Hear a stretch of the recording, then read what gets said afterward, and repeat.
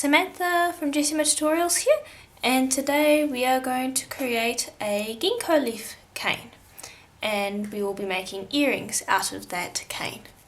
So what you have here are the colour recipes that you are going to need, and I have provided the colour recipes in one of the slides before I started the video. And so this is the yellow, the in-between colour with the wasabi, and this is the one with the green and the raw sienna. So I've moulded them into rough squares, and what we want to do now is we want to just fold those squares in half to create triangles, and then we want to take those and we want to gently mold them into somewhat of a triangle because we want to create a skinner blend. But with this skinner blend we want it to kind of be a little bit raggedy compared to other skinner blends, so it's not going to be as accurate, which is what we want, because we want to form streaks in our ginkgo leaf. So you want to form all of your pieces into triangles like this, which is pretty quick. You just kind of squish it into place, so if it's not the same thickness of clay the entire way through the stack, that's perfectly fine. We do want something like that. Just form it into a rough triangle. And now this one, as you can see, is a lot larger than these ones, so I'm just going to place one of my triangles onto there and trim away this excess, just like that, and that can go back in the packet. Okay, and then I'll just squish that up. Okay, now we will form our skinner blend like we always do, and we'll cut off that little triangle there, pop it up there, and I just want that to be nice and equal. Do the same on that side, and then you'll run this through the pasta machine until you want to run it through about 10 times. Okay, so I have rolled it out through the pasta machine exactly 10 times. So I've rolled it through exactly 10 times so that we have somewhat of a skinner blend, but you can see that it is not even the entire way through, which is what we want. Now what we want to do is we want to widen this, so I'm going to fold it over one more time, and again just like that.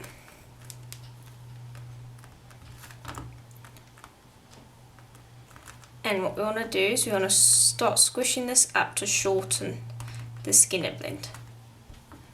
Now I've got to be careful because this side's softer than this side over here, so I don't want it to buckle or anything. So we do not want a complete skinner blend here, we want lots of uneven streaks and things. So we want a bit of a blend, but we want to end up with streaks in our skinner blend. So I'll show you what I mean by that in a little while. So I'm just busy squishing this up. I'm not worrying if it's overlapping or buckling a little bit. I don't want it to do that too much, but if it's doing it a little bit, that's fine. Okay, we want this as narrow as I can get it, because this is what we're going to use to make our leaf. Okay, then I'll bring over my roller and I'll roll this flat a little bit. Okay, so that it doesn't put too much stress on my pasta machine when I roll it through. And when I roll it through, what I'm going to do is I'm going to roll it from this end to this end, lengthening it. And I'm going to do that on my fixed setting. Okay, just like that. Now I'm going to take it down to my fourth setting, which is my middle setting on my pasta machine, and I'm going to lengthen it again. Here we are. So now we have a nice long sheet. So I'm going to start on this end, and I'm going to cut out segments. And it doesn't matter if these are the same length as each other. You want them to be the same width if you can, so try and get them as close as you can, but it doesn't matter if it's not exact. Okay, so now what I want to do is I want to take this and I want to step ladder it, similar to what I did in my ikat cane tutorial on YouTube. So I'll step that one down, then I'll put that one up, and I'll put that one down, and I'll put that one up. So that we have the yellow going into the green area, and we have green going into the yellow area, so that we will get the appearance of veins.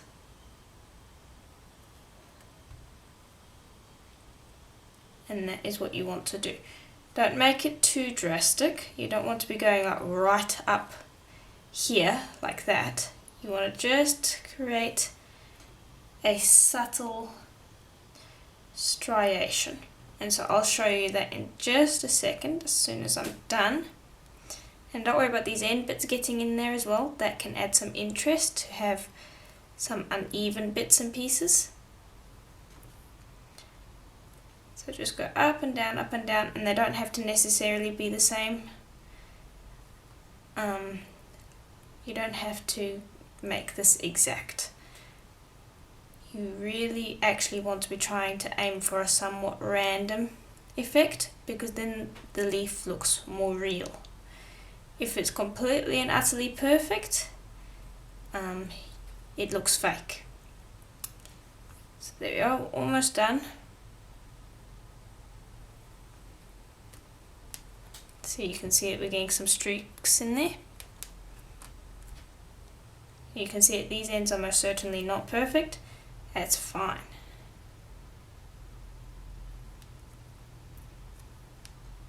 There we are.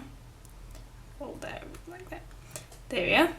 So now these ends that are hanging off, just gently fold over. Same on this side. And now we're trying to go for a leaf that is changing colour from green to yellow. And so I'm putting a little bit of an artistic spin on this. It's not supposed to look exactly like a ginkgo leaf. I want it to look as close as I can get it, but this is a bit of a drastic colour change, of course, but I found that if I stuck as close as I could to the realistic thing, it looked a little bit plain. So I'm putting a little bit of an artistic spin on this, which is fine, I think. Now I'll take our acrylic roller, and we want to reduce this square. Now, because this yellow part's a lot softer, I'm not actually going to roll on that part. I'm only going to roll on the sides and on the green top. So you can see that's expanding with it. Okay, and every now and then I'm just going to squish it back down.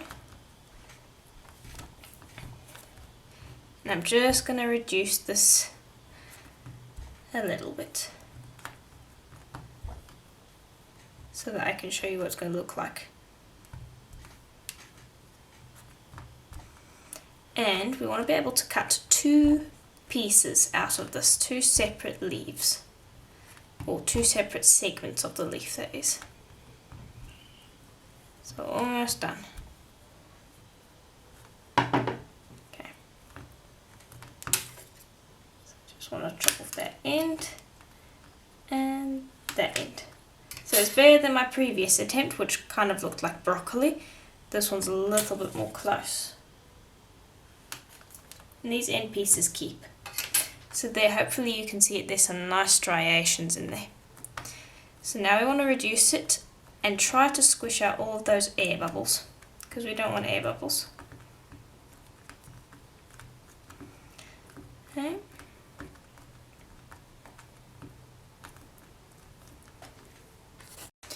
And now you do need to keep in mind that as you're reducing this, it's going to dictate how large your leaf is, because of the shape of the leaf that we're making. I don't really want to pack it with translucent, so I'm not going to be able to reduce it once I've assembled it. So if we put these two together, that would basically make your leaf. So I'm pretty happy with that. But as you're reducing, the smaller you reduce this, the smaller your leaf. The larger you leave it, the larger your leaf. So you just need to keep that in mind. Okay, now I'm going to chop this in half so you can see our striations in there. And then what I want to do is I want to gently start bending over this end, which is going to be the stem, I do believe. Okay, so now we'll take this and we will start to shape it. So the green bit is going to be our stem. So I want to add a little bit more yellow to this. So I'm going to bring over that extra yellow that we have over here. I'm going to roll it out on the thickest setting. Got my pasta machine. And I'm going to pop that on top here.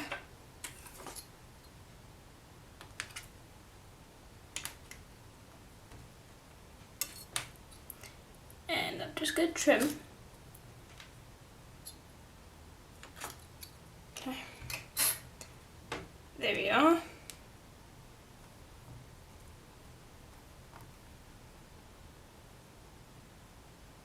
And just smooth off these edges before we get moulding.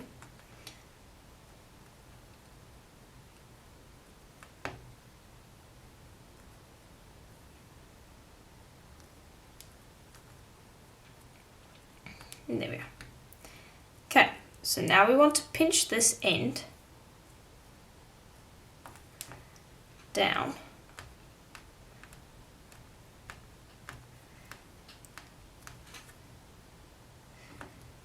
Because we want to form this into our stem.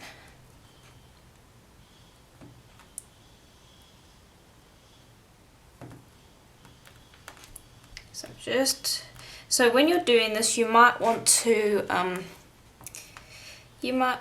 go and get a photo of the ginkgo leaf so that you can see what you're aiming for. So what I'm doing now is I'm just busy working out that stem area.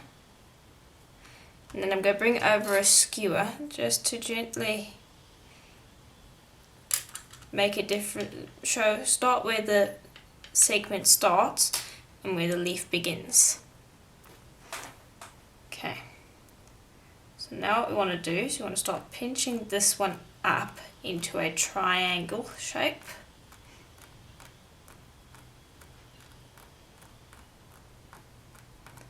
Gently. We just want to stretch that out.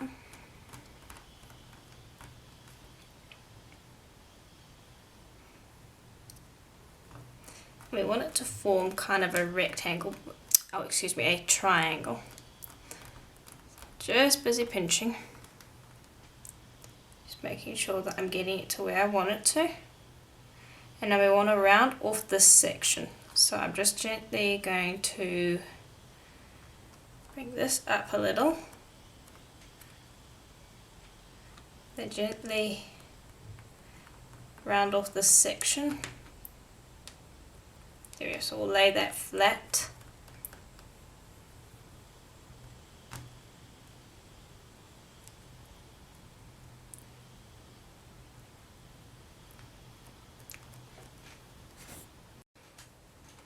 Okay, so almost where I want to be.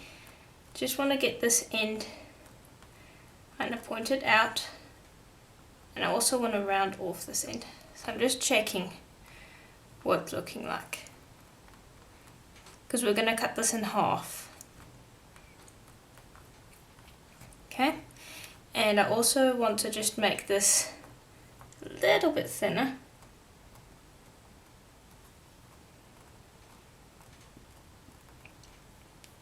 Okay, then press that against the tile to get it nice and flat. And this end we also want somewhat flat, so we'll just get our nice smooth edge.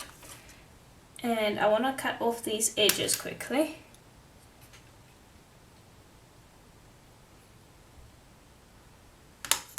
So that they're out of the way. And then I'll cut it in half.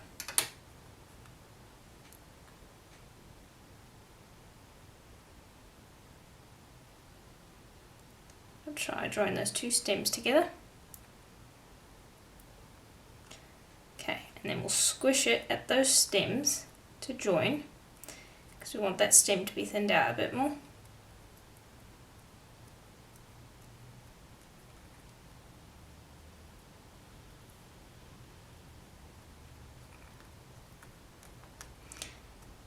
And I'm just moulding it into what I think would look like a ginkgo leaf. And I haven't added the segment down the middle yet, which is, I guess, the signature part.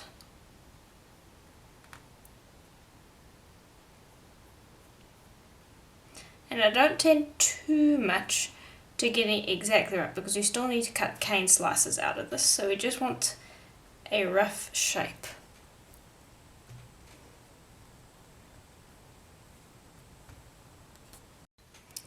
And I want to try and get this top a little bit more rounded.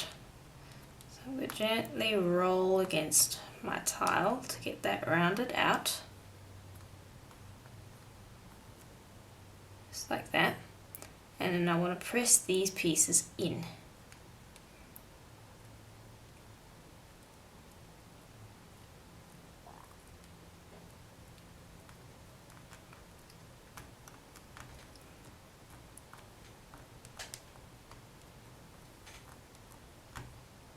There we go, that's looking better. I'll press in that end as well, and then we'll round it a bit more.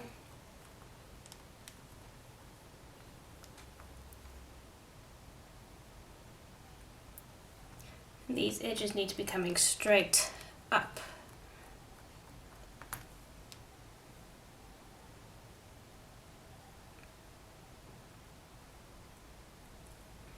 So this part's a little tricky. So you can skip ahead if you're bored of watching me faff with this, because I have been faffing with it for a while. It's definitely the important part. Okay, now what I'm going to do is I'm going to take a skewer and I'm going to score along the inside part over here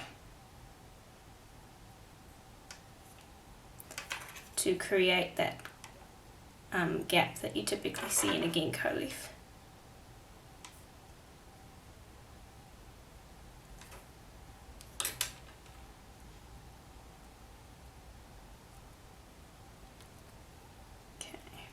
And I'm just trying to get this top section rounded out.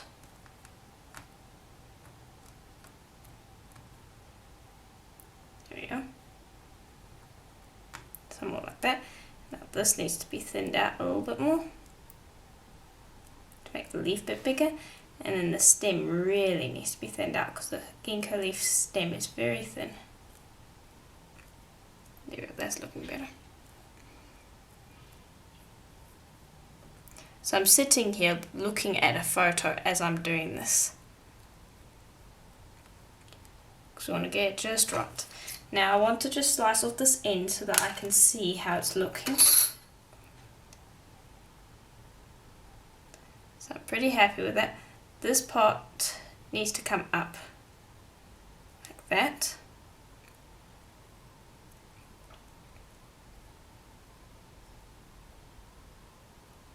And it needs to be rounded as well. So kind of like a rounded triangle. There we go. And I think this needs to be deeper. So I'll just take my skewer, really press in.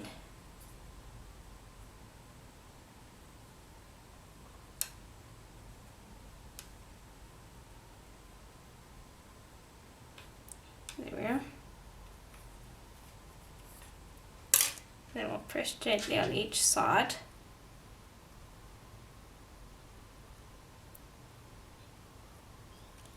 Okay. Then what I'm going to do is, if this is too warm for you, you can always pop it into the freezer. I'm just going to slice up a piece. There we go.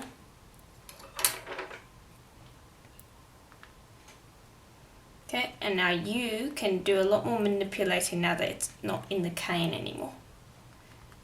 So I want this top part to be a little bit more rounded, and I also want to make these edges kind of frilly, so I'm going to roll over there, roll over there, roll over there, and over there.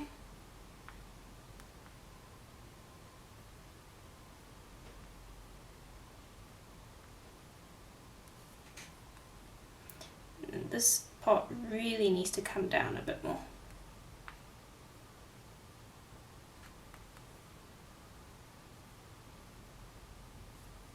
Okay.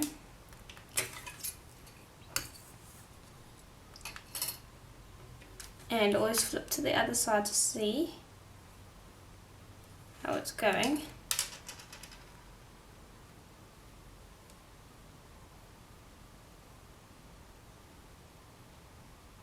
Okay, much happier with that now.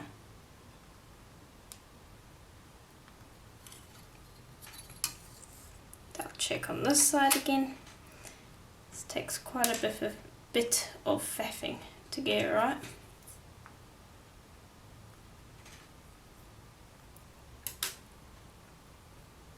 Okay, and then this stem really needs to be lengthened. I'm just going to use my fingers to gently pull on it.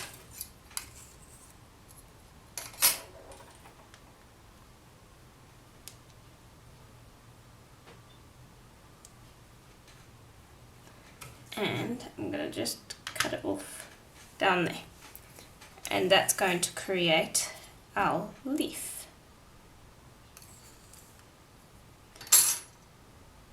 And then I'm just going to bend it like that and smooth off these sharp ends as well. Just kind of give them a little bit of a domed curve to them.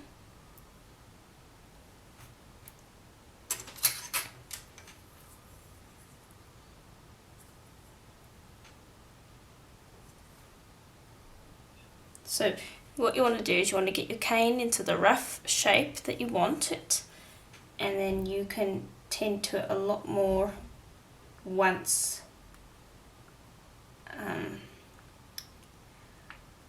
you've cut it, because you don't have to worry about doing the same for the entire cane.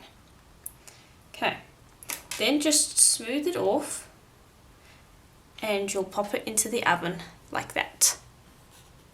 Okay, so the beads are out of the oven, and I've also given them a quick sand. I don't want them to be super shiny, I've just given them a little bit of a sand to give them just a little bit of a sheen. So what I did was brought over my polishing papers, and I started on my 400 grit and I sanded each side, sanded the front, back and each of the 3 sides. And I went from my 400 grit all the way up to the 8000 grit, and that is how I sanded my beads. So now what we want to do is we want to drill them. So we have an option of drilling them from here on one of these segments or on the base. I'm busy thinking I want to drill them from over here. So I'm going to bring over a pin drill, and it's an automatic one, so I can do this very quickly. There we go. And there we go. We'll just drill a small hole over here.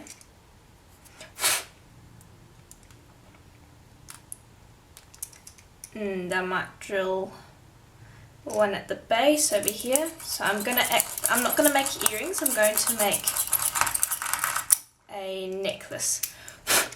And I'll show you what the necklace looks like in just a minute. There we go. So I'll just drill holes in random spots, and then I can show you how to do a necklace next.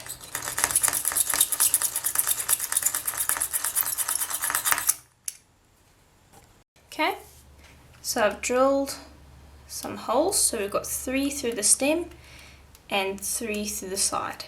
So I'll put those aside for now, and I'm going to bring over some brass. And I just want to see which one looks better, because I like the look of the brass with the ginkgo leaves, but I'm thinking that antique copper would look better. Yeah, definitely going to go with antique copper. So I just wanted to make that decision quickly. And I'm just going to pull this out. And what I like to do is, I don't like to put my clasp on until I've actually finished the necklace.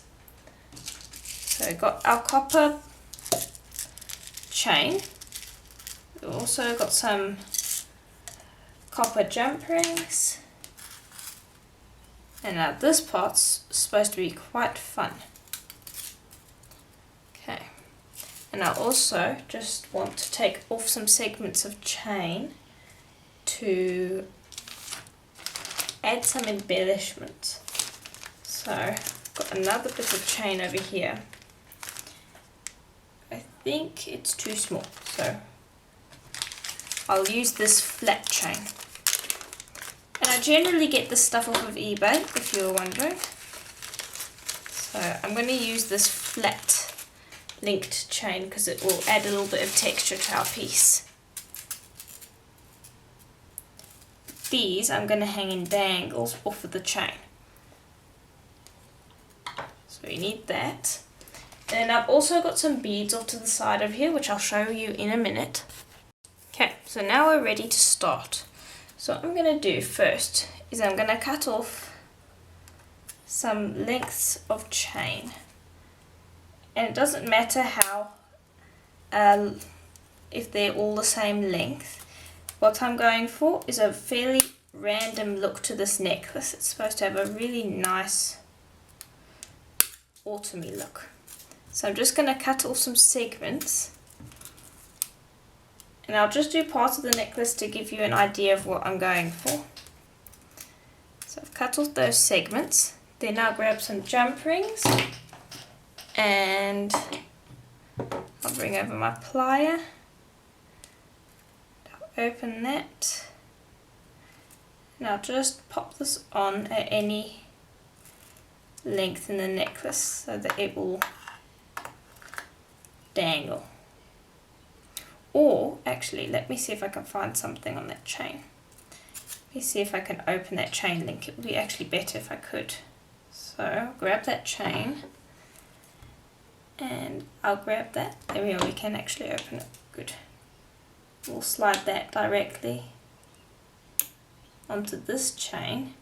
It will let us, yes. There we are. And I'll do a bunch of segments like that. Okay, so here's what I have now that I have done this.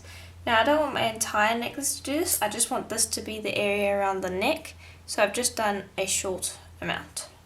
So now what I want to do is, we want to choose which parts of these we want to attach our ginkgo leaves to.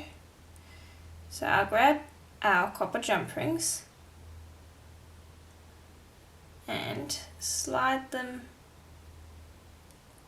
through our ginkgos. Yeah, it can be a little tricky sometimes. Yeah, and I want to add them to the bottom of some of these. So I choose this one first, and use your pliers in this instance because they just make it so much easier.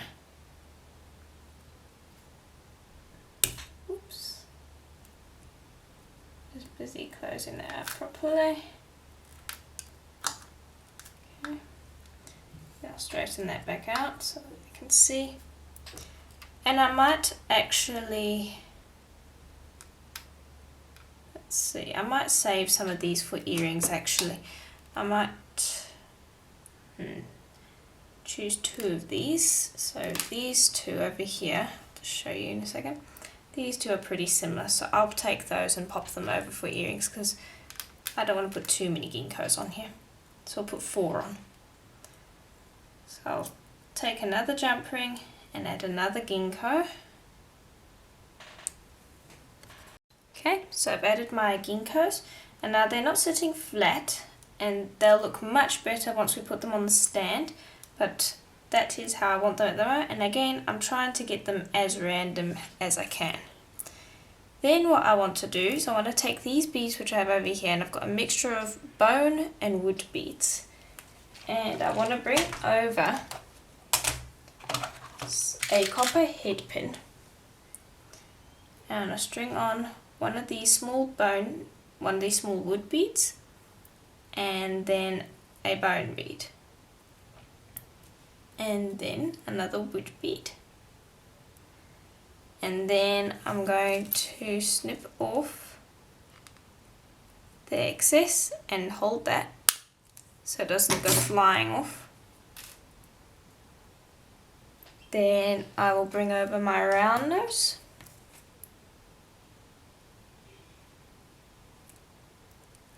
And I'll curl up a loop, just like that. And then bring over my flat nose, grab that, open it up, and then just choose some of these ends, other ones that we haven't got the ginkgos on, and we'll add those onto the ends of all the other ones. So any chains that don't have a ginkgo leaf on, I will add these on so that they all have little dangles. Okay, so I have finished up over here, and so I changed the ginkgos. I decided that I wanted them all to be stem side, so I just changed that up by creating some more ginkgo leaves, as I did have some more. I've also popped all of these on, so you can see it's a little bit random, but it's also got a little bit of order to the chaos, so I'm really happy with it. So now what we want to do is we want to attach the clasp and figure out what length we want the necklace. So I'm going to go and measure out the length. Okay, so I've measured that out, and so I'm going to snip off these ends.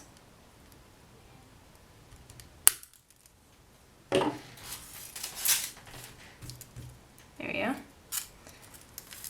Then I can move this back out, and I won't worry if it's sitting straight at the moment. Just want to add those clasps on. So I'll bring over the clasp and the two jump rings, and we'll just open up one jump ring, slide it onto the chain, pop on a clasp, and do the same for the other side. Now the nice thing about this necklace is it is double-sided, so you don't have to worry about getting it on the wrong way around, because the ginkgo leaves are both been sanded on both sides, which is nice. So sometimes your chain's going to get a little bit wonky, like over here. You can just untangle that. Let me see if I can get this nice and straight so you can see exactly what it's going to look like when it is worn. At the beginning of the tutorial I of course showed some photos, and also that just brings something to mind. I actually don't want to attach these with jump rings. I want to attach them straight to the clasp. It'll be better. So I'll bring over a link and pop the clasp onto the link. Need to open that up a bit more. That will make it a little bit more tidy finish, I think. So open that link up, put the clasp on, and hope that it stays on. Yeah. Grab the link on the other side and close up, and there we are. And I'll do the same on the other side, and there we are. That's it. That is our ginkgo leaf necklace, and I'm really quite happy with it. It's very simple, very elegant, looks really nice, and it's the type of design that can be used for any other leaf you want to use. I mean, we used a ginkgo leaf this time around, but you could use it for any cane that you wanted to. So you could try it with flowers, you could try it with other leaves. If you were making animals, maybe like little birds, you could try it out and it would look really cool. So that's a really cool necklace design for this sort of technique with the polymer clay. And so I do hope that that tutorial was helpful to you. And if it was, please do let me know, as that is always helpful to me.